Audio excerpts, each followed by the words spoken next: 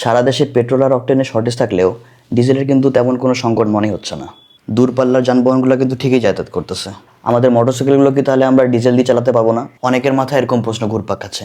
উত্তর হচ্ছে না, মোটরসাইকেল ডিজেল দিয়ে চালাতে পারবেন না। কারণ মোটরসাইকেলের ইঞ্জিনে ব্যবহার করা হয় স্পার্ক ইগনিশন সিস্টেম, কিন্তু ডিজেল ইঞ্জিনে স্পার্ক প্লাগ লাগে না।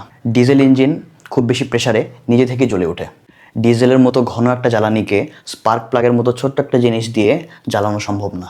যেহেতু অনেক বেশি কম্প্রেশনের দরকার হয়, তাই ডিজেল চালিত ইঞ্জিনগুলোকে অনেক শক্ত আর অনেক বড় সাইজের করে বানানো হয়। এজন্য মোটরসাইকেলের মতো একটা ছোট বাহনে এত বড় ইঞ্জিন সেট করা কঠিন। ডিজেল ইঞ্জিনে কম্প্রেশন বেশি হয়, এটা অনেক বেশি ভাইব্রেশন জেনারেট করে। মোটরসাইকেলে যদি এরকম ইঞ্জিন সেট করা হয় তাহলে এখানে সেফটি বলে আর কিছুই থাকবে না। সেই সাথে বাইক কন্ট্রোল করা অনেক কঠিন হয়ে যাবে। ডিজেল ইঞ্জিনের হাই কম্প্রেশন অনেক বেশি টর্ক উৎপন্ন করে, যা শুধুমাত্র ভারী জিনিস উত্তোলনের কাজেই ব্যবহার করা হয়। যেহেতু মোটরসাইকেলে সেরকম ভারী কোনো কিছুই উত্তোলন করা হয় না, কাজে এটাকে পেট্রোল আর অকটেনে চালানোর মতো করেই ডিজাইন করা হয়। এখন আসি, ভুল করে যদি আপনি আপনার বাইকে ডিজেল দিয়ে দেন তাহলে কি হতে পারে? যদি বাইকে ভুল করে ডিজেল দিয়ে দেন তাহলে খুব বেশি সমস্যা হবে না।